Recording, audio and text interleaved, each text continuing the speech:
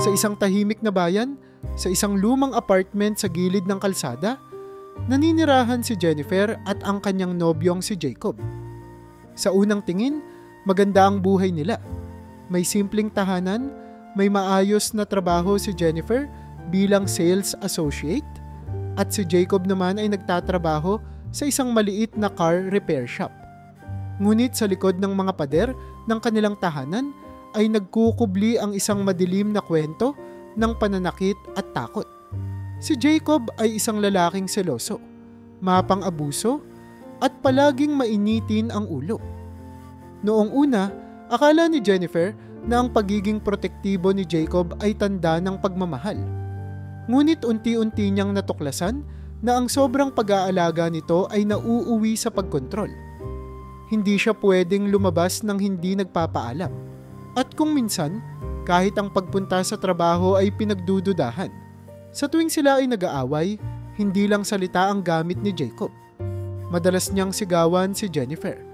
Itulak o minsan ay hawakan ng mahigpit ang kanyang braso na nag-iiwan ng pasa.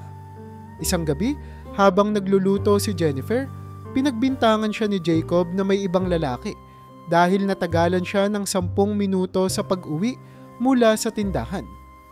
Tinapon ni Jacob ang pagkain sa sahig. Sabay sigaw, "Ano? Pinakain mo muna ang kabit mo bago ako."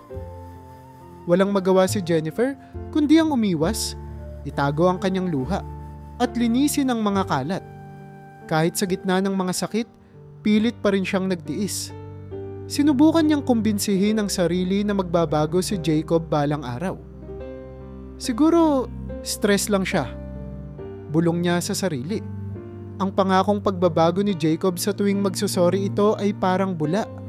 Biglang nawawala kapag dumating ang susunod na galit. Ang pamilya at mga kaibigan ni Jennifer ay matagal nang nag-aalala para sa kanya. Tuwing may pasa siya sa braso o sa muka, may mga tanong ang kanyang ina. "Bakit parang hindi maganda ang hitsura mo, anak? Maayos ba kayo ni Jacob?" Ngunit palaging pareho ang sagot niya, "Ayos lang po kami, ma." Pilit niyang nginingitian ang mga tanong kahit gustong-gusto niyang sumigaw ng tulong. Ang kanyang matalik na kaibigan na si Carla ay mas prangka.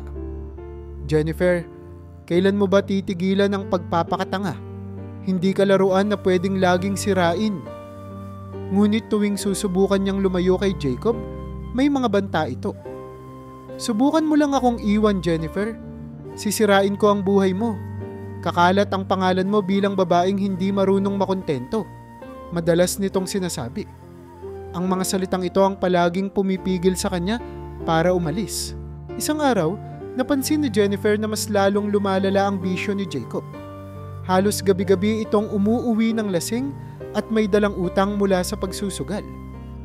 Palagi itong amoy sigarilyo at ang kanilang bahay ay nagmistulang tambakan ng basura mula sa mga bote ng alak at sigarilyo.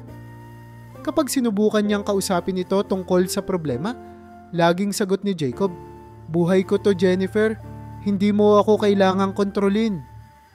Dumating ang araw na nauubusan na ng pasensya si Jennifer. Ngunit kahit pa gusto na niyang lumayo, hindi niya mahanap ang lakas ng loob na gawin ito. Ang takot na dulot ng mga banta ni Jacob ay parang tanikala na nakagapos sa kanya. Sa bawat galit ni Jacob, sa bawat pasa at sugat na kanyang tinatanggap, unti-unti niyang nararamdaman na parang nawawala na siya. Na parang hindi na siya si Jennifer na dating masaya at malaya. Sa kanyang isip, bumabalik-balik ang tanong, "Hanggang kailan ako magtitiis?" Ngunit ang sagot ay laging napapalitan ng pag-aalinlangan. "Kaya ko pa. Baka bukas magbago na siya." Ngunit alam niyang kasinungalingan lang iyon. Isang pag-asa na walang patutunguhan. Habang pinagmamasdan niya si Jacob na natutulog, lasing at walang pakialam sa mundo, napabuntong hininga si Jennifer. Alam niyang malapit nang sumabog ang lahat. Isang maliit na spark na lang at tuluyan nang mawawasak ang kanilang relasyon. Pero kailan? At paano niya tatapusin ang kanyang kwento ng pagdurusa? Simula nang ipakita ni Jennifer ang interes na makipaghiwalay, lalo pang naging mapanganib ang ugali ni Jacob. Sa tuwing binubuksan niya ang usapin, agad itong napupuno ng galit. na parang tinutusok ang kanyang pagkatao ng mga banta at masasakit na salita. Subukan mo lang akong iwan, Jennifer. Sisiguraduhin kong wala kang matitirhan. Sisirain ko ang lahat ng meron ka. Ang madalas sambit ni Jacob habang mahigpit na hinahawakan ang kanyang braso. Sapat na para mag-iwan ng marka. Paulit-ulit itong nangyayari na tila pader na pilit siyang idinidiin sa buhay na puno ng takot. Isang gabi, habang magkasama sila sa hapagkainan, may dumating na tawag kay Jacob. Sa una, parang ordinaryo lang ito. Ngunit sa kalagitnaan ng pag-uusap ay unti-unting naging tensyonado ang kanyang boses. Nang matapos ang tawag, napansin ni Jennifer ang pawi sa noo ni Jacob at ang halatang kaba sa kanyang kilos. "Anong problema?" tanong niya ng maingat, ngunit sinigawan lang siya ni Jacob. "Hindi mo na kailangang alamin. Basta, ayusin mo yung buhay mo." Mariing itinapon ni Jacob ang baso ng tubig sa sahig bago lumabas ng bahay. Naiwan si Jennifer na naglilinis ng basag na salamin. Hindi maalis ang pag-aalala sa mga narinig. Sa kabila ng takot, sinubukan niyang alamin ang totoo. Kinabukasan, habang hinahanap niya ang mga papeles ni Jacob, natagpuan niya ang isang listahan ng mga utang. May mga pangalan doon na hindi niya kilala. Ngunit malinaw ang laki ng halagang hiniram ni Jacob. Paano niya babayaran ang mga ito? Tanong niya sa sarili habang tinitingnan ang listahan. Ang mga pangalan at numero ay nagbigay sa kanya ng ideya na posibleng may kaugnayan si Jacob sa mga taong hindi niya gustong makasalamuha. Sa paglipas ng mga araw, naging mas marahas si Jacob.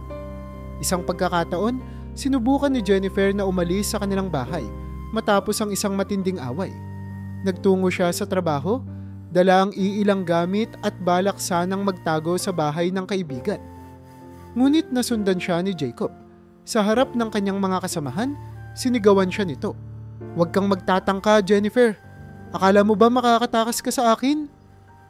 Ang eksena ay ikinagulat ng lahat, ngunit wala ni isa ang nangahas na magtanong. Sa sobrang takot, hindi na nakapagsalita si Jennifer.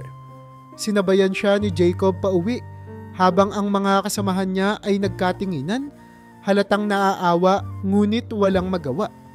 Kinabukasan, isa sa kanyang malapit na kaibigan ang nagkusang magsumbong sa pulisya.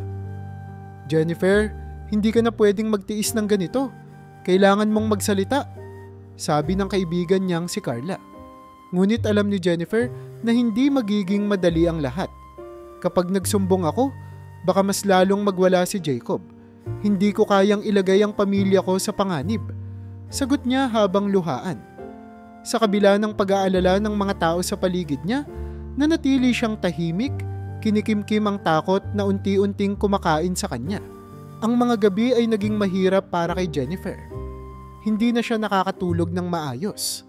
Sa tuwing pipikit siya, naririnig niya ang galit na boses ni Jacob, ang tunog ng basag na salamin, at ang mga banta nito.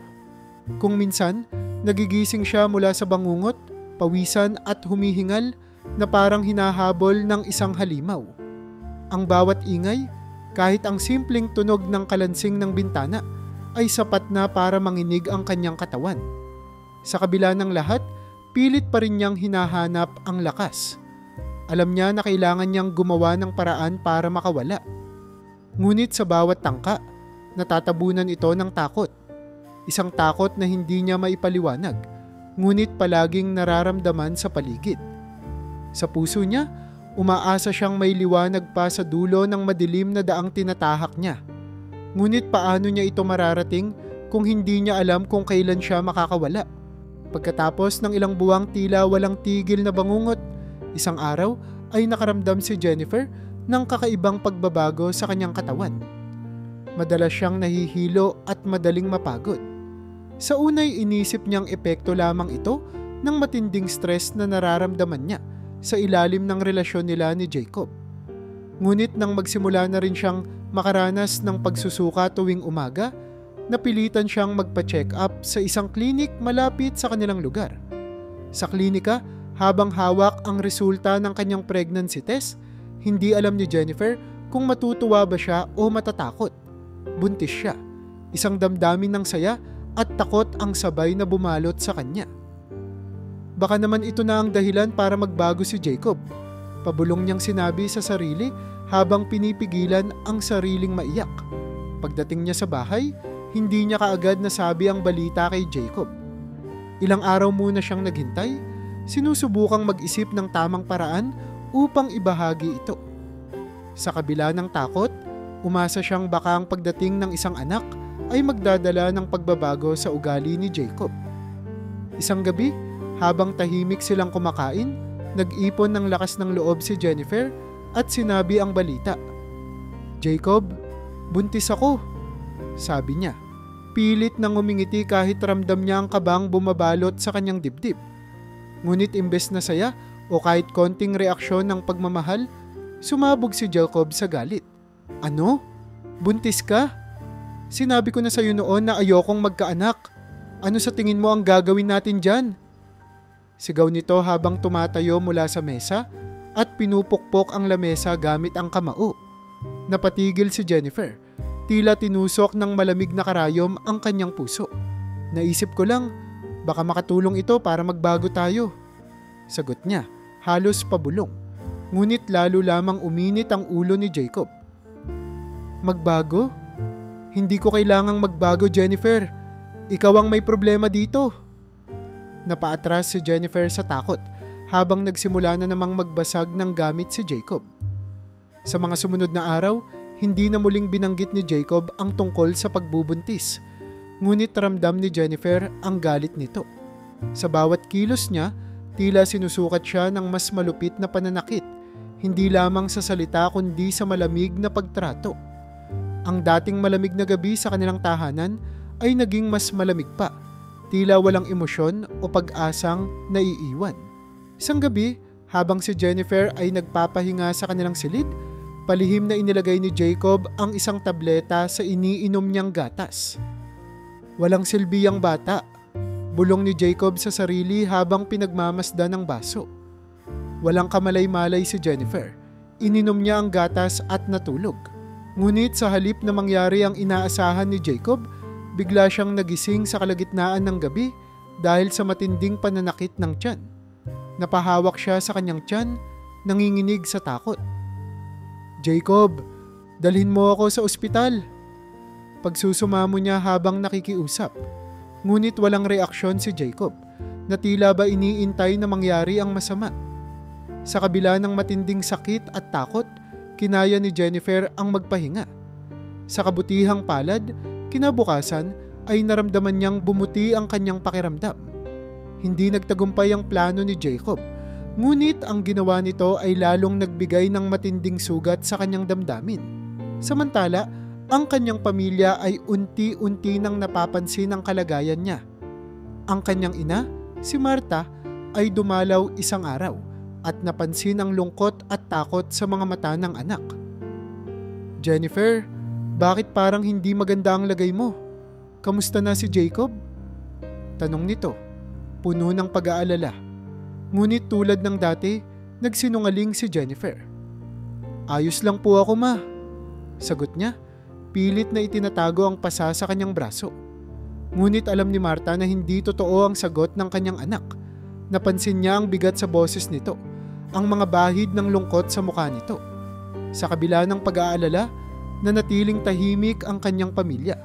Takot din kay Jacob at sa posibilidad na gumawa ito ng mas malaking gulo. Sa mga sumunod na araw, nagpatuloy ang pamumuhay ni Jennifer na puno ng takot. Sa kabila ng kanyang pagbubuntis, hindi niya magawang maging masaya dahil sa sitwasyon. Ang trauma na dulot ni Jacob ay tila naging anino niya.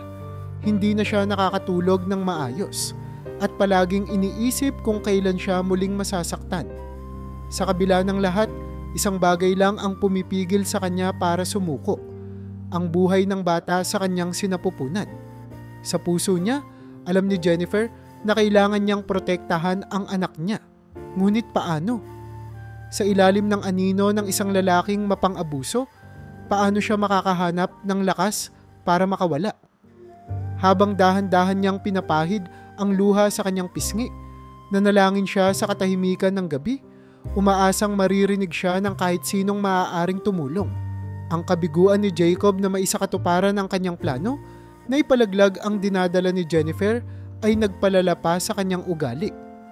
Ang dating mapang-abuso niyang pagkatao ay tila naging mas madilim. Ngayon, hindi na lamang ito nagwawakas sa masasakit na salita o pagkukulong sa kanya sa takot. Si Jacob ay naging mas marahas at ang bawat kilos ni Jennifer ay sinisita nito na para bang may mali sa lahat ng ginagawa niya.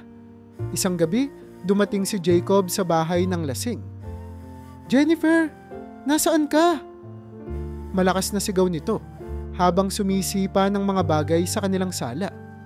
Nang makita niya si Jennifer na nakaupo sa sofa, agad itong lumapit at hinila siya ng marahas. "Ano ba ang iniisip mo? Nagmamalinis ka ba ngayon dahil buntis ka? Akala mo may kwenta ka na?" Hindi nagawang sumagot ni Jennifer. Nanginginig siya, yakap ang kanyang tiyan na tila pinoprotektahan ng buhay na nasa loob niya. Hindi tumigil si Jacob. Hinila niya si Jennifer papunta sa kusina at itinutok ang daliri nito sa kanya. "Huwag na huwag mo akong gagawing katawa-tawa. Tandaan mo, Jennifer, ako ang may hawak ng buhay mo." Ang banta ay nagbigay ng malamig na kilabot kay Jennifer. Pakiramdam niya, unti-unti na siyang nawawala sa sarili dahil sa takot. Sa kabila ng trauma, pilit pa rin niyang inisip kung paano makakawala sa sitwasyong ito. Napagtanto niyang hindi na siya maaaring maghintay pa ng mas malalang mangyayari. Isang araw, lihim siyang nakipagkita sa kanyang kaibigang si Carla. Sa isang maliit na coffee shop, inilabas niya ang kanyang nararamdaman. "Carla, hindi ko na kaya.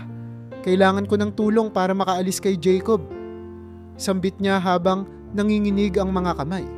Si Carla, na matagal nang nag-aalala sa kanya, ay agad na pumayag na tulungan siya. "Jennifer, magtulungan tayo. Maaari kang tumira sa bahay ko pansamantala.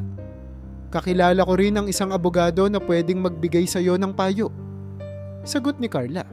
Ngunit ang plano nila ay hindi naging matagumpay. Natuklasan ni Jacob ang lihim na pakikipag-usap ni Jennifer kay Carla. Isang gabi, habang pauwi si Jennifer mula sa trabaho, biglang sumulpot si Jacob sa tapat ng building. Hinila niya ito papunta sa gilid ng kalsada, malayo sa mga mata ng ibang tao. "Ano? Sinusubukan mo na namang tumakas, ha?" Galit na tanong nito.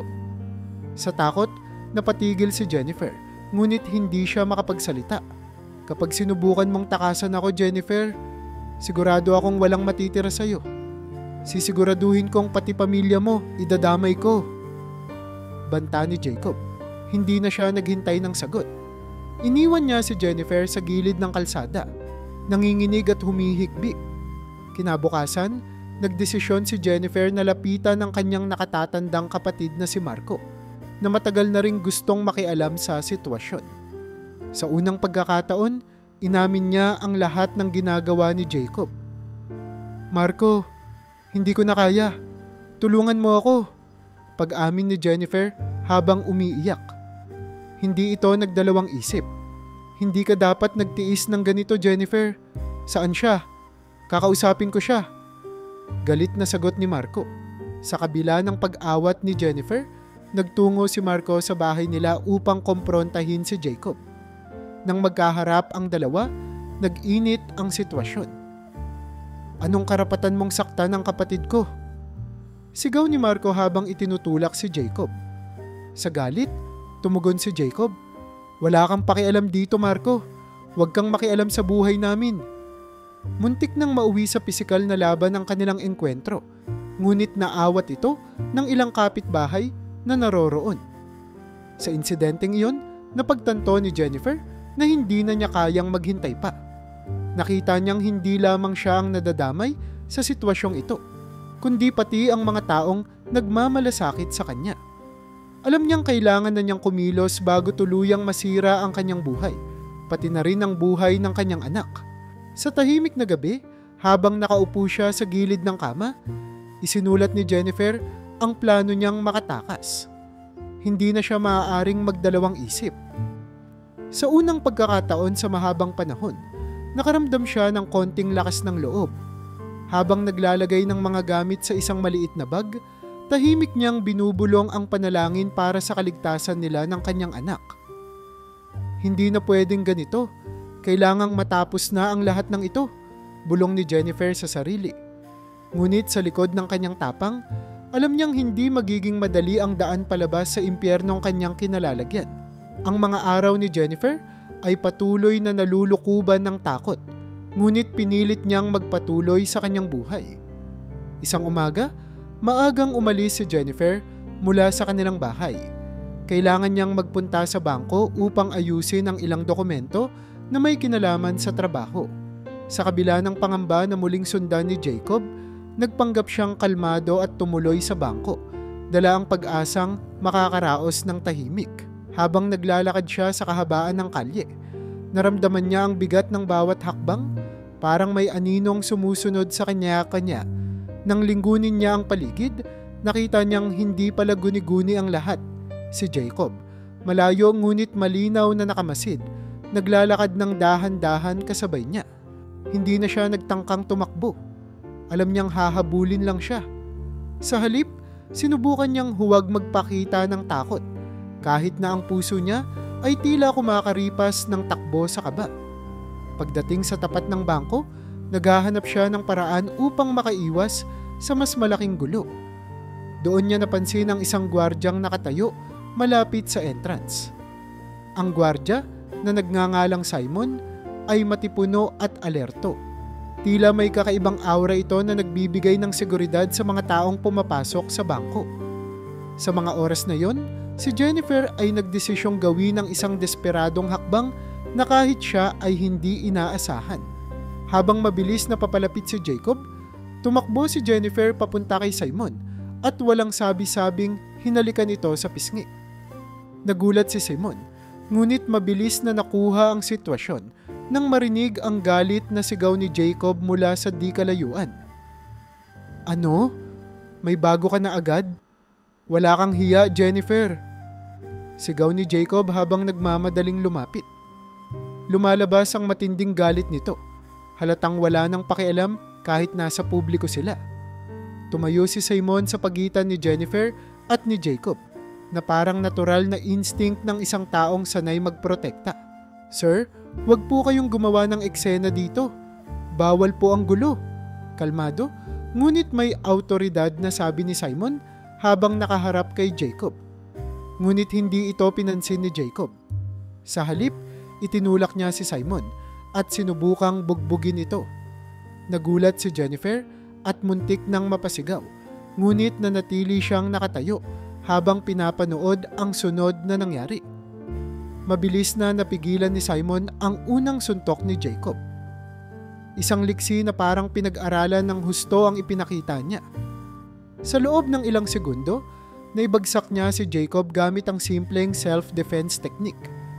Hindi man siya nagpakita ng anumang galit, halata sa kilos niya na handa siyang protektahan ang sinuman mula sa kapahamakan. Nakahiga sa semento si Jacob, naghahabol ng hininga, ngunit hindi pa rin sumuko.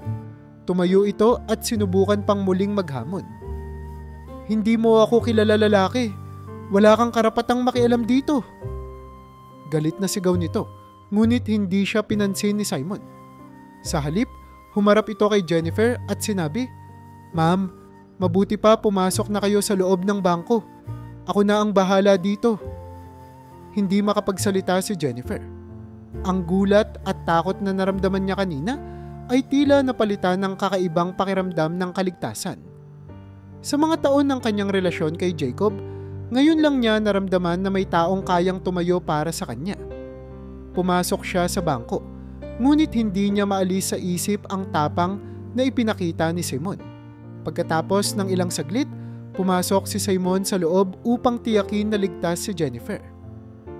Okay na po, ma'am. Umalis na siya, sabi nito. Napayuko si Jennifer, hindi alam kung paano magpapasalamat.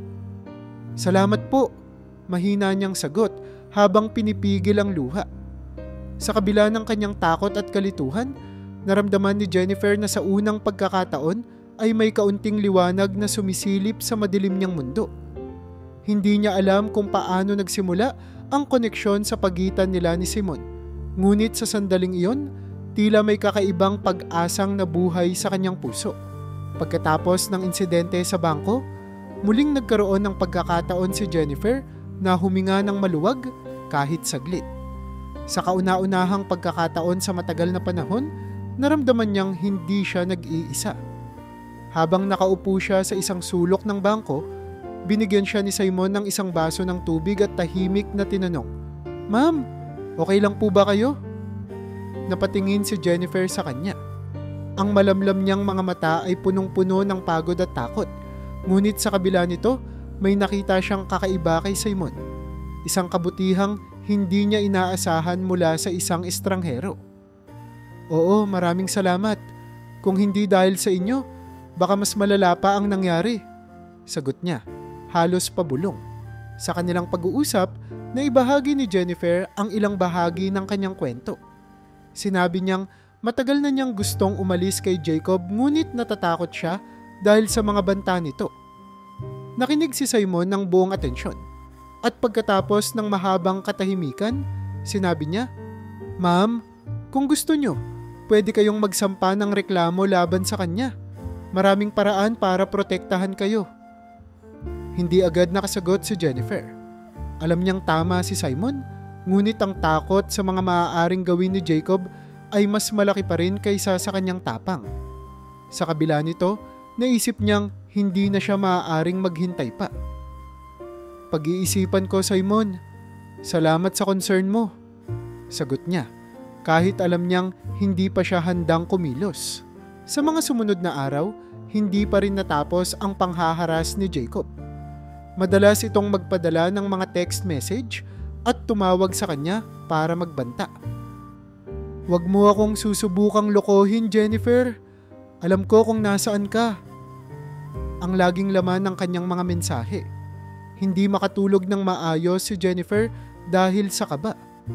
Alam ni Simon ang sitwasyon ni Jennifer kaya't inalok niya itong samahan pauwi pagkatapos ng trabaho.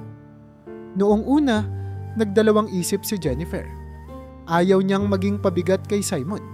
Ngunit sa kalaunan ay napilitan siyang tanggapin ang alok nito dahil sa labis na takot. Sa bawat pag-uwi nilang magkasama, mas naramdaman ni Jennifer ang kaligtasan. Si Simon ay laging alerto, palaging nakabantay na parang hindi kailanman mapapagod. Sa kanilang pagsasama, unti-unti ring nabuo ang maliit na pagkakaibigan sa pagitan nila.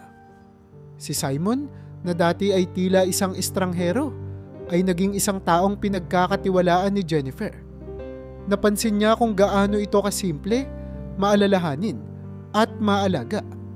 Palaging tinatanong ni Simon kung kumusta ang araw niya, kung nakakain na ba siya, o kung may kailangan ba siyang tulong. Isang gabi, habang naghihintay si Simon sa labas ng opisina ni Jennifer upang ihatid siya pauwi, napansin niyang tila masaya siya kahit sa simpleng kilos nito. "Salamat ulit, Simon. Hindi ko alam kung paano ako makakapagpasalamat sa iyo," sabi ni Jennifer habang papasok sa kotse ni Simon. "Walang anuman, Jennifer. Gusto ko lang siguraduhin na ligtas ka," sagot nito. May kasamang ngiti. Sa mga sumunod na linggo, naramdaman ni Jennifer ang unti-unting pagbabago sa kanyang nararamdaman. Sa kabila ng hirap na pinagdadaanan niya, ang presensya ni Simon ay parang ilaw na nagbibigay liwanag sa madilim niyang mundo. Hindi niya maitanggi sa sarili na nahuhulog na ang loob niya kay Simon. Hindi lamang dahil sa proteksyon na ibinibigay nito, kundi dahil nakita niya ang malasakit at kabutihang taglay nito. Mga bagay na matagal na niyang hindi naramdaman mula sa iba. Hindi naging madali ang lahat, ngunit sa piling ni Simon, nagsimulang bumalik ang tiwala ni Jennifer sa sarili at sa mundo. Ang kanyang puso, na dati nabalot ng takot at lungkot, ay unti-unting natutong umasa ulit. Sa bawat araw na kasama si Simon, nararamdaman niyang mas kaya niyang harapin ang mga hamon sa buhay. Ngunit sa likod ng unti-unting pag-usbong ng pag-asa, alam nilang pareho na hindi pa tapos ang laban. Si Jacob ay nananatiling banta, at alam nilang darating ang araw na kakailanganin nilang harapin ito. Isang araw na maaaring tuluyang magbago ang kanilang mga buhay. Isang malamig na gabi, habang pauwi si Jennifer mula sa trabaho, napansin niyang kakaiba ang katahimikan ng paligid. Karaniwan ng may mangilan-ngilang tao sa lansangan, ngunit ngayong gabi ay tila wala ni isa. Habang naglalakad, ramdam niyang may sumusunod sa kanya. Tumigil siya sandali at lumingon, ngunit wala siyang nakita. Pilit niyang isinantabi ang kaba, ngunit ang bilis ng tibok ng kanyang puso ay hindi maikakaila. Bigla, mula sa madilim na sulok ng kalsada, sumulpot si Jacob. Hawak nito ang isang kahoy na pamalo at ang mga mata nito ay puno ng galit at pagkamuhi. "Sa tingin mo ba makakatakas ka sa akin, Jennifer?" Sigaw nito habang papalapit sa kanya. Hindi nakapagsalita si Jennifer. Nanigas siya sa takot habang unti-unting lumalapit si Jacob. Sinubukan niyang tumakbo, ngunit mabilis siyang naabutan nito at hinawakan ng kanyang braso. "Wala kang karapatang iwan ako. Ako lang ang may-ari ng buhay mo." Sigaw ni Jacob habang pilit siyang hinihila. Nagpumigla si Jennifer, ngunit masyadong malakas si Jacob. Sa gitna ng kanyang paghingi ng tulong, narinig niya ang boses ni Simon mula sa di kalayuan. "Bitawan mo siya." Napalingon si Jacob at doon niya nakita si Simon na mabilis na tumatakbo papunta sa kanila. "At sino ka para makialam?" Sigaw ni Jacob habang mas lalo pang hinihigpitan ang hawak kay Jennifer. Hindi nagdalawang isip si Simon. Sa liksi at lakas, nahawakan niya ang braso ni Jacob at pinaloob sa isang mabisang disarmahan. Hindi pa rin sumuko si Jacob at sinubukang lumaban, ngunit si Simon ay malinaw na sanay sa ganitong mga sitwasyon. Sa ilang galaw lamang, napigilan niya si Jacob na muling makapanakit. Nakahinga ng maluwag si Jennifer habang pinoprotektahan siya ni Simon. "Ayos ka lang ba?" tanong ni Simon habang pinapahiran ng luha ang muka ni Jennifer. Tumango siya, bagamat nanginginig pa rin sa takot. Maya-maya, dumating ang pulisya na tinawagan ni Simon bago pa siya makarating sa lugar. Agad nilang inaresto si Jacob. Habang isinasakay ito sa patrol car, patuloy ang sigaw ni Jacob, nagbabanta at nanunumpa. "Hindi pa ito tapos, Jennifer. Sisiguraduhin kong babalikan kita." Ngunit sa gabing iyon, alam ni Jennifer na natapos na ang pinakamadilim na bahagi ng kanyang buhay. Habang tahimik silang nakaupo sa isang bench malapit sa lugar, si Jennifer ay tuluyang humagulgol. "Hindi ko alam kung paano kita mapasasalamatan, Simon," sabi niya habang hawak ang kanyang tiyan, iniisip ang kaligtasan ng kanyang anak. Sa puntong iyon, bumuntong hininga si Simon na tila may bigat na gustong alisin sa kanyang dibdib. "Jennifer, kailangan mong malaman ang totoo," sabi nito ng seryoso. "Hindi ako ordinaryong gwardya." Napatigil si Jennifer, hindi makapagsalita. Sa sunod na mga salita ni Simon, unti-unting nabunyag ang katotohanan. "Ako, si Simon Valderrama. Isa akong bilyonaryo. Nagbihis gwardya ako bilang bahagi ng plano para magtago mula sa mga kalaban ko sa negosyo. Marami akong kaaway na gustong pabagsakin ako, kaya pansamantala akong nagkunwari upang mapanatili ang kaligtasan ko." Hindi makapaniwala si Jennifer sa narinig. Tila bumagal ang oras habang iniisip niya ang bawat sinabi ni Simon. "Bakit mo ginawa iyon?" tanong niya. "Sa una, para lang ito sa kaligtasan ko," sagot ni Simon. "Ngunit nang makilala kita, nakita ko ang dahilan kung bakit ko kailangang manatili. Hindi ko kayang baliwalain ang sitwasyon mo." Napaluha si Jennifer, ngunit hindi dahil sa takot o kalungkutan. Sa halip, nakaramdam siya ng saya at pasasalamat.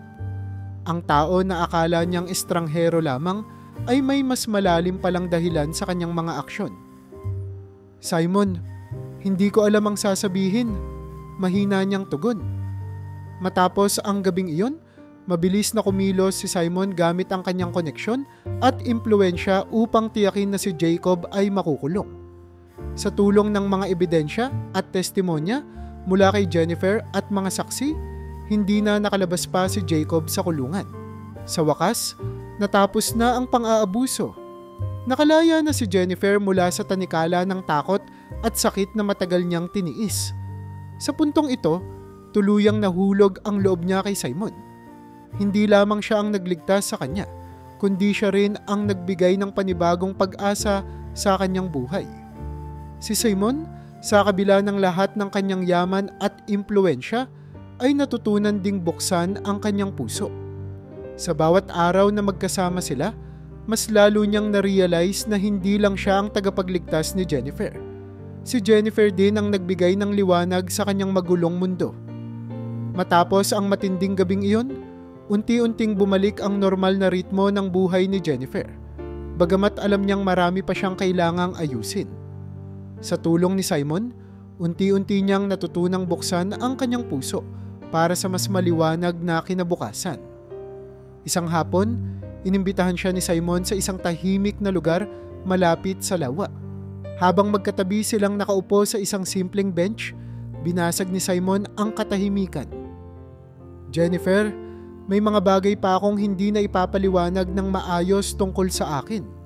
Alam kong kailangan mong malaman ang lahat." Tumango si Jennifer, handang makinig. Sa kabila ng kaba, nakita niya ang sinseridad sa mga mata ni Simon.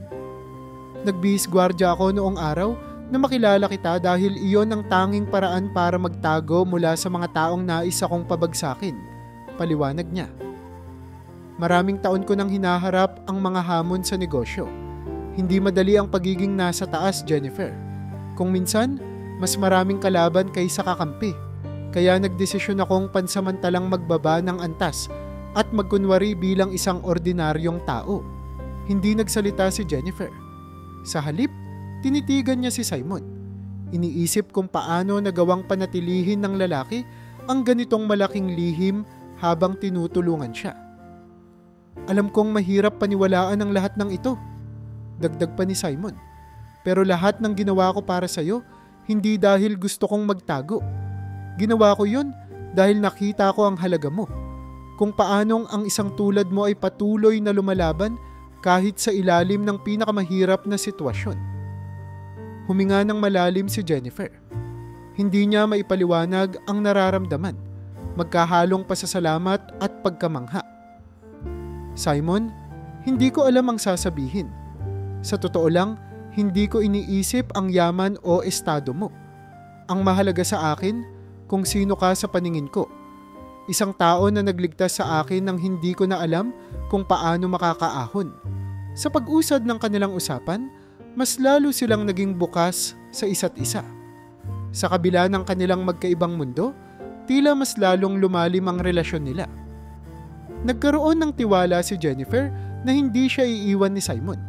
At si Simon naman ay natutong buksan ang kanyang puso sa pagmamahal na hindi niya kailanman inasahan. Subalit, hindi lahat ay sumasang-ayon sa kanilang relasyon. Ilang kamag-anak ni Simon, partikular ang kanyang tiyuing si Alberto at pinsang si Regina ang tumutol. "Simon, hindi mo ba naiisip ang posisyon mo? Siya, isang babaeng galing sa isang magulong relasyon?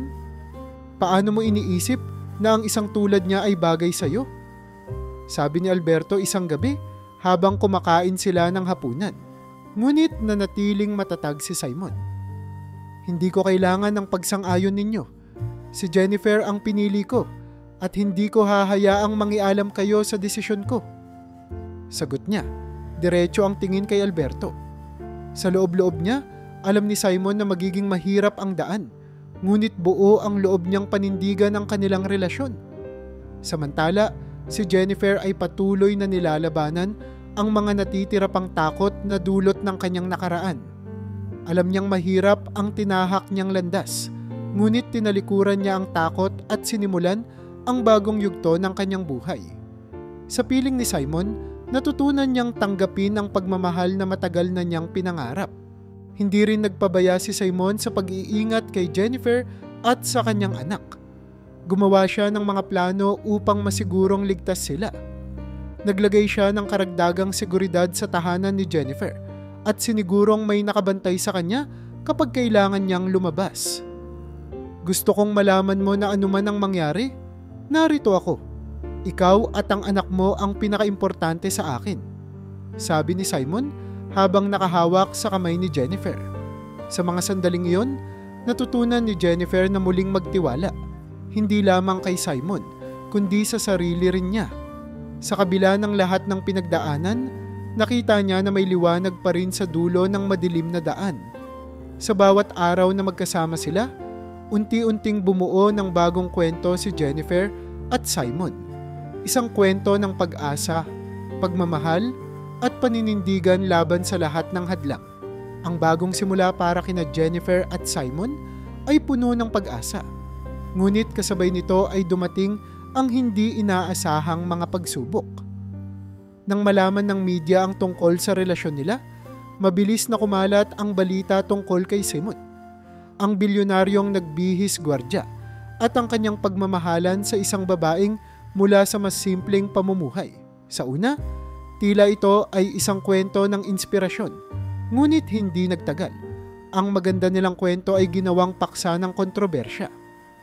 Ang bilyonaryo at ang babaeng mula sa bangko, tunay na pagmamahalan o isang iskandalo. Ito ang headline ng isang pahayagan na hindi mabilang ang ulat tungkol sa kanilang relasyon. Maraming espekulasyon ang lumabas. May nagsasabing si Jennifer ay isang gold digger na nagtatarget sa kayamanan ni Simon, habang ang iba naman ay sinabing ginagamit ni Simon si Jennifer bilang diversion mula sa mga issue sa kanyang negosyo. Bagamat sanay na si Simon sa mga ganitong intriga, hindi naging madali para kay Jennifer ang bigat ng atensyon. Isang araw, dumating si Jennifer sa bahay ni Simon. Bitbit ang isang pahayagan na puno ng mapanirang artikulo. "Simon, hindi ko na alam kung paano haharapin ito," sabi niya habang pinipigil ang luha. Tahimik na binasa ni Simon ang artikulo at pagkatapos ay tumingin siya kay Jennifer. "Hindi mo kailangang mag-alala. Wala silang karapatan na sirain ang pagkatao mo," sabi niya. "Haharapin natin ito ng magkasama." Ngunit hindi natapos sa media ang kanilang mga pagsubok. Ang mga dating kaaway ni Simon sa negosyo ay nagsimulang umusbong mula sa anino. Dala ang layuning pabagsakin siya gamit ang kanilang relasyon. Isang dating kasosyo ni Simon na si Mr. Alvarez, na kilalang tuso at mapanira, ang nagsimulang magpakalat ng mga chismis tungkol sa kanya. Hindi na dapat pinagkakatiwalaan si Simon, sabi nito sa isang pahayag sa media. Nakikipagrelasyon siya sa isang babae para takpan ang kanyang mga kahinaan sa negosyo. Mula rito, naging target ng blackmail si Jennifer. Isang araw, nakatanggap siya ng isang liham na naglalaman ng mga larawan niya at ni Simon na may kasamang banta. "Kung hindi mo iiwan si Simon, sisiguraduhin naming mawawasak ang buhay niya." Nabasa ni Simon ang liham at agad na kumilos. "Hindi sila ang magdidikta ng mga desisyon natin. Jennifer, narito ako para protektahan ka," sabi niya habang tinutulungan siyang tanggalin ang takot na nararamdaman. Sa kabila ng lahat ng ito, pinatatag ng mga pagsubok ang kanilang relasyon. Sa tuwing bumabagsak ang loob ni Jennifer, laging nariyan si Simon para tumulong. Kapag may masamang balita, pinapaalala ni Simon kay Jennifer ang kanilang layunin, ang magtulungan at magpatuloy sa kabila ng mga hamon. "Jennifer, ang mahalaga ay alam natin ang totoo. Wala silang magagawa para sirain ang tiwala natin sa isa't isa," sabi niya isang gabi habang magkasamang naghahapunan. Sa mga panahong iyon, natutunan ni Jennifer na maging mas matatag. Sa halip na magtago mula sa mundo, sinimulan niyang harapin ang mga intriga ng buong tapang. Hindi niya hinayaang sirain ng mga salita at paninirang puri ang kanyang tiwala kay Simon. "Hindi ako magpapatalo. Hindi nila kayang bawiin ang kaligayahan na pinaghirapan ko," sabi niya kay Simon isang araw habang magkausap sila sa hardin. Sa kabila ng walang tigil na intriga, nakita rin nila ang suporta mula sa mga taong tunay na nakakakilala kay Simon. Ang ilan sa kanyang mga empleyado at matagal ng kaibigan ay naglabas ng testimonya tungkol sa kanyang mabuting puso at dedikasyon. Si Simon ay hindi tulad ng iniisip ng iba. Siya ang taong laging inuuna ang kapakanan ng iba, sabi ng isa sa kanyang dating kasosyo. Unti-unti, ang mga ulat ng media ay napalitan ng mas positibong balita.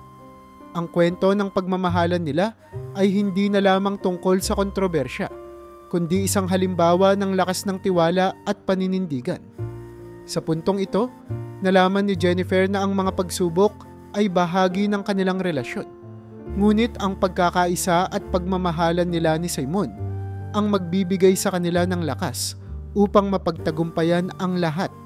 Habang magkasama silang nakaupo sa beranda ng bahay ni Simon, pinagmamasdan ng paglubog ng araw, sinabi ni Jennifer, "Simon, hindi ko inakala na kaya kong maging ganito katatag. Salamat dahil hindi mo ako iniwan." Tumingin si Simon sa kanya. Hawak ang kanyang kamay. "Jennifer, ikaw ang dahilan kung bakit mas pinipili kong lumaban. Magkasama nating haharapin ang anumang darating." At sa sandaling iyon, napatunayan nilang kahit sa gitna ng intriga at pagsubok, ang tunay na pagmamahal ay hindi basta-basta matitinag. Ang kanilang relasyon ay naging mas matatag. Isang patunay na sa bawat laban, mas tumitibay ang samahan ng dalawang taong tunay na nagmamahalan. Makalipas ang ilang buwan, mula nang maayos ang relasyon nila ni Simon, unti-unting bumalik si Jennifer sa kanyang buhay bilang isang mas malakas at matatag na babae.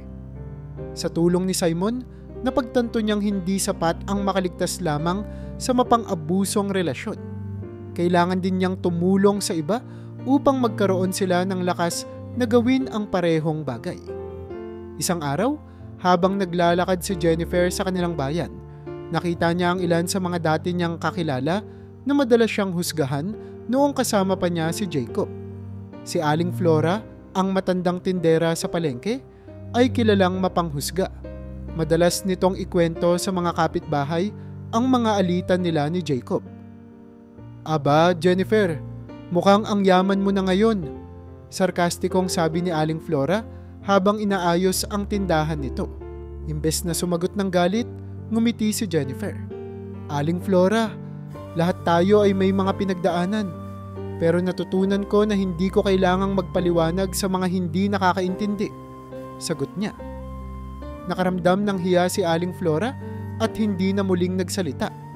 Ang tagpong iyon ay hindi madali para kay Jennifer, ngunit sa halip na panghinaan ng loob, mas naging determinado siya na gamitin ang kanyang karanasan upang magsilbing inspirasyon. Sa tulong ni Simon, nagsimula silang bumuo ng isang programang tutulong sa mga biktima ng pang-aabuso, lalo na sa mga kababaihang tulad niya. Ginamit ni Simon ang kanyang yaman at impluwensya upang lumikha ng Hope Rising Foundation, isang organisasyong nagbibigay ng tirahan, suporta, at legal na tulong sa mga nangangailangan. "Jennifer, ito ang simula ng mas malaki pang pagbabago," sabi ni Simon habang pinapakita sa kanya ang plano para sa unang shelter na itatayo nila. Napaluha si Jennifer, hindi lang dahil sa proyekto, kundi dahil sa pagkakaroon ng taong naniniwala at sumusuporta sa kanya. "Salamat, Simon. Kung hindi dahil sa iyo, hindi ko maabot ang puntong ito," sagot niya. Habang nagiging aktibo si Simon sa pagpapatakbo ng foundation, si Jennifer naman ay naging mukha ng organisasyon. Ginamit niya ang kanyang kwento upang magbigay inspirasyon sa mga kababaihan. Sa bawat seminar at pagtitipon, nagbabahagi siya ng kanyang karanasan, mula sa mapait na relasyon hanggang sa pagkakahanap ng bagong pag-asa. Isang araw, habang nagtuturo si Jennifer sa isang maliit na grupo ng kababaihan, lumapit ang isang babae na umiiyak. "Jennifer, kung nagawa mong makaalis sa sitwasyong iyon, siguro kaya ko rin," sabi nito. Napangiti si Jennifer at hinawakan ang kamay ng babae. "Oo, kaya mo. Nandito kami para tumulong," sagot niya. Habang abala sila ni Simon sa kanilang mga proyekto, hindi nila nalilimutan ang kanilang sariling relasyon. Madalas silang maglaan ng oras para mag-usap at magplano para sa kanilang kinabukasan. Isang gabi, Habang nakaupo sila sa beranda ng kanilang bahay, tinanong ni Simon si Jennifer, "Ano ang plano mo sa ating dalawa?" Napangiti si Jennifer, hawak ang kanyang tasa ng tsaa. "Simon, ang dami na nating pinagdaanan.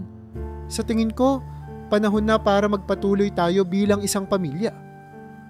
Sa kabila ng kanilang abalang buhay, sinimulan nilang magplano para sa kasal. Si Simon, na kilalang maayos sa detalye, ay nais na gawing espesyal ang araw na iyon. Si Jennifer naman ay simple lamang ang nais. Isang kasal na puno ng pagmamahal at mga taong naging bahagi ng kanilang laban. Habang abala sa paghahanda, siniguro rin ni Simon na maayos ang kinabukasan ni Jennifer at ng kanyang anak. Inilaan niya ang ilan sa kanyang mga ari-arian para sa kanila at sinigurong may sapat na pondo ang foundation upang magpatuloy ang kanilang advokasya. "Jennifer, gusto kong siguruhin na kahit anuman ang mangyari, maganda ang kinabukasan mo at ng anak mo," sabi ni Simon habang inaabot ang dokumentong naglalaman ng mga plano niya para sa kanilang kinabukasan. Sa mga panahong ito, si Jennifer ay lubos na nagpapasalamat. Ang dati niyang madilim na mundo ay napuno ng liwanag, hindi lamang dahil kay Simon, kundi dahil din sa lakas na natagpuan niya sa kanyang sarili. Sa bawat araw, nagiging mas matibay ang kanilang pagsasama at mas nagiging handa sila sa anumang darating. Alam nilang marami pa silang haharapin, ngunit sa kanilang pagkakaisa, sigurado silang malalampasan nila ang lahat. Ang kanilang kwento ay naging patunay na sa kabila ng mga pagsubok, may pag-asa pa ring bumangon, magmahal, at maging masaya. Ang araw ng kasal ni na Jennifer at Simon ay dumating na. Isang simpleng seremonya, ngunit puno ng pagmamahal at kahulugan. Sa halip na engranding pagdiriwang, pinili nilang gawin ito sa isang lugar na malapit sa kanilang mga puso. Isang maliit na chapel sa probinsya, napapalibutan ng mga puno at tanawin ng kalikasan. Sa gitna ng maaliwalas na langit, ang chapel ay pinalamutian ng mga puting bulaklak at simpleng mga ilaw. Ang amoy ng sariwang hangin ay nagbibigay ng kakaibang ginhawa sa lahat ng dumalo. Hindi ito marangya, ngunit ang bawat detalye ay maingat na inihanda at ramdam ng lahat ang pagmamahal sa hangin. Si Jennifer, suot ang isang simpleng puting gown na may disenyong galing sa isang lokal na mananahi, ay naglalakad sa gitna ng aisle habang hawak ang kamay ng kanyang anak. Ang mga mata niya ay puno ng luha ng saya habang nakikita si Simon na naghihintay sa harap. Suot ang isang klasikong itim na suit na bumagay sa kanyang tindig at ngiti. Lahat ng mga taong naging bahagi ng paglalakbay ni Jennifer ay naroroon. Naroon si Carla, ang matalik niyang kaibigan na palaging sumusuporta sa kanya mula sa simula.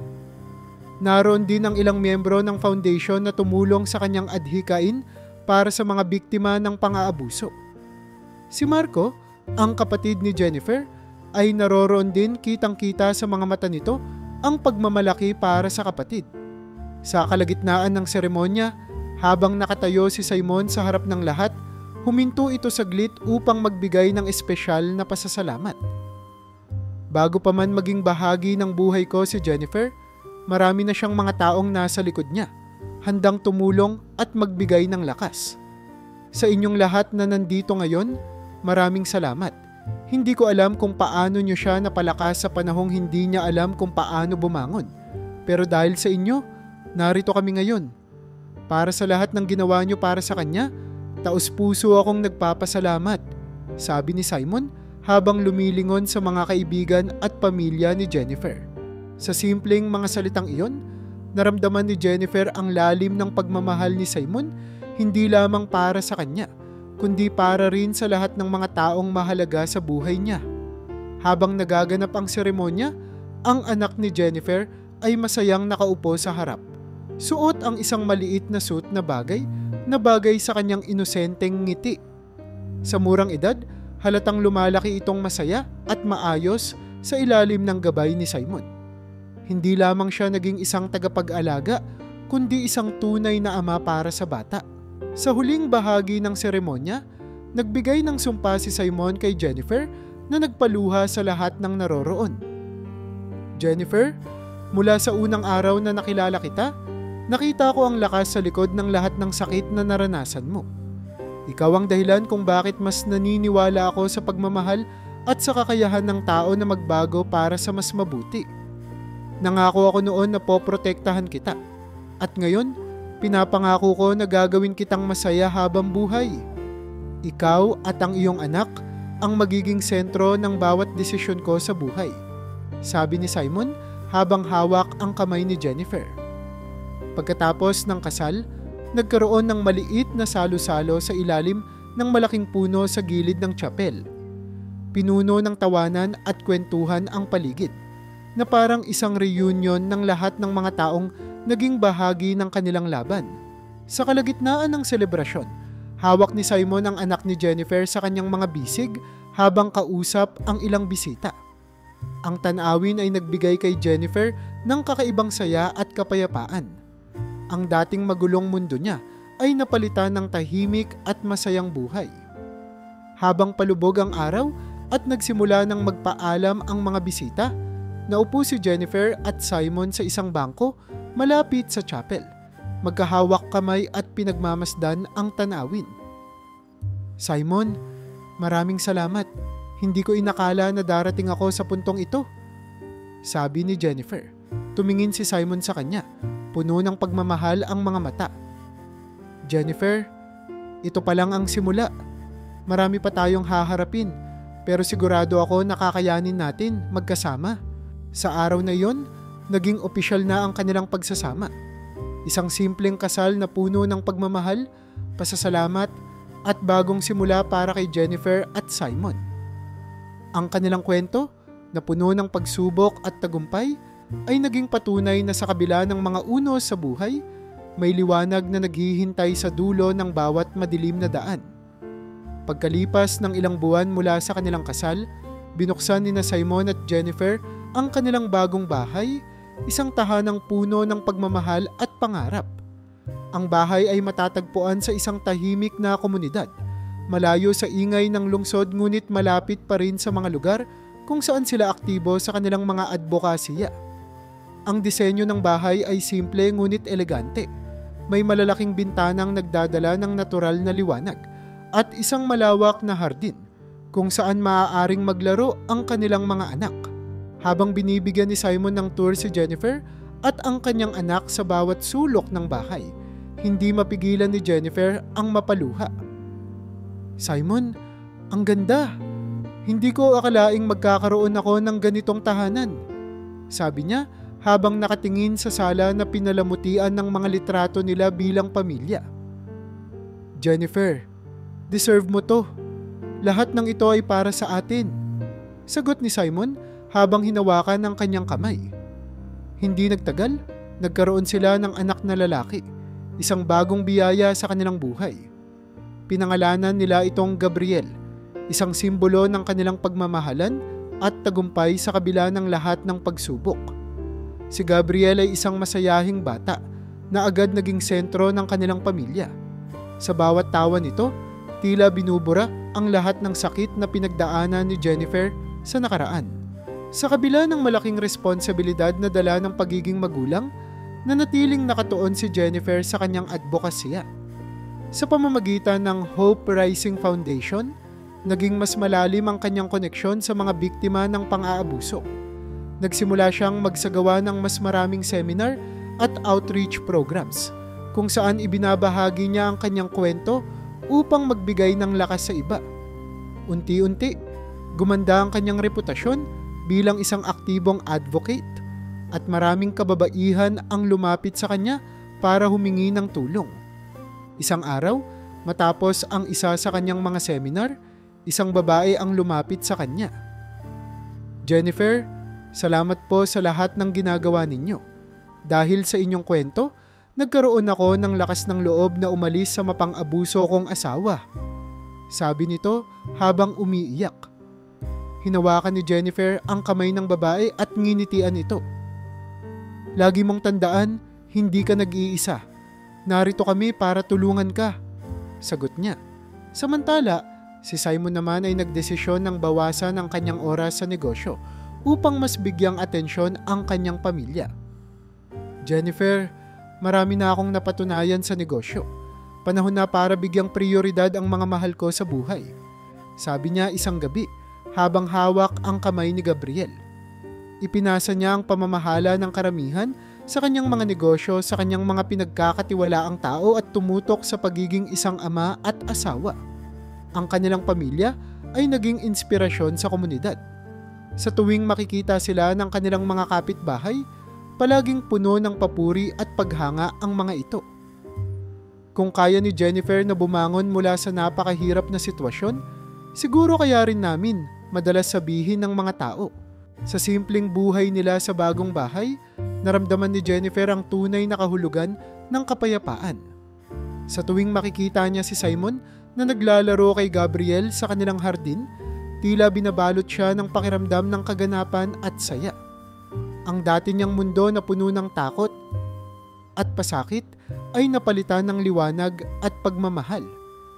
Sa isang tahimik na gabi, habang nakaupo sila ni Simon sa beranda at pinagmamasdan ang mga bituin, sinabi ni Jennifer, "Simon, hindi ko alam kung paano kita mapasasalamatan. Dahil sa'yo, natutunan kong maniwala ulit sa pag-asa." Tumingin si Simon sa kanya, nginitian siya at sinabi, "Hindi mo kailangang magpasalamat, Jennifer. Ang mahalaga ay magkasama tayo. Lahat ng ito ay para sa atin at sa ating pamilya." Sa bawat araw na lumilipas, naging mas matibay ang kanilang samahan. Ang kanilang tahanan ay hindi lamang naging lugar ng pagmamahalan, kundi simbolo rin ng pag-asa para sa lahat ng nakapaligid sa kanila. Ang bagong simula na kanilang tinahak ay patunay na sa kabila ng anumang bagyo, posible ang muling bumangon at lumikha ng isang mas maliwanag na kinabukasan. Sa wakas, natagpuan na ni Jennifer ang kapayapaan na matagal niyang hinahangad. Ang dating magulong mundo niya ay napalitan ng tahimik at masayang buhay kasama ang kanyang pamilya. Ang bawat araw ay nagsisimula ng may ngiti, hindi na may kaba. Ang simpleng tahanan nila ni Simon, na puno ng tawanan at pagmamahalan, ay naging simbolo ng muling pagkabuo ng kanyang pagkatao. Si Jacob, na dating anino ng takot sa kanyang buhay, ay nanatili sa kulungan. Hindi na niya magawang sirain ang katahimikan na meron si Jennifer. Ang balita tungkol sa pagkakakulong ni Jacob ay unti-unting nawala sa usapan ng mga tao. At sa wakas, natuldukan na ang madilim na kabanata ng buhay ni Jennifer. Sa araw-araw na pamumuhay nila, naging bahagi na ng kanilang pamilya ang mga taong tumulong kay Jennifer sa panahong siya'y nag-iisa at nangangailangan. Si Carla, ang kanyang matalik na kaibigan, ay madalas na bumisita at naging parang pangalawang ina kay Gabriel.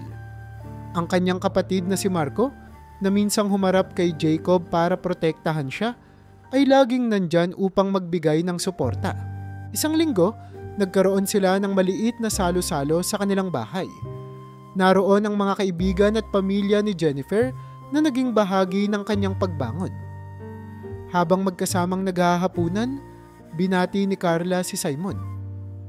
"Simon, salamat sa pagiging ilaw sa buhay ni Jennifer. Alam naming mahirap ang pinagdaanan niya, pero dahil sa'yo, nakita naming muli siyang ngumiti."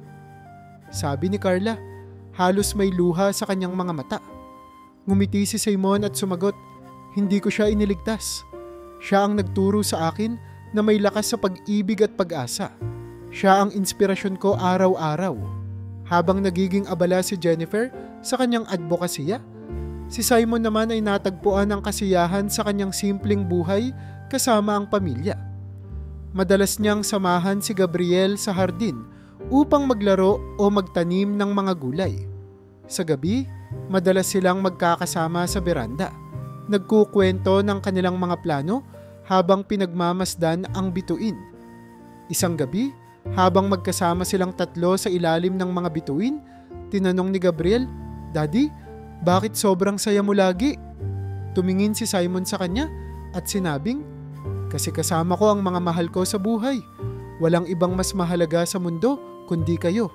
Ang kwento nila ni Jennifer ay naging inspirasyon hindi lamang sa kanilang komunidad, kundi pati na rin sa mga taong nakarinig nito.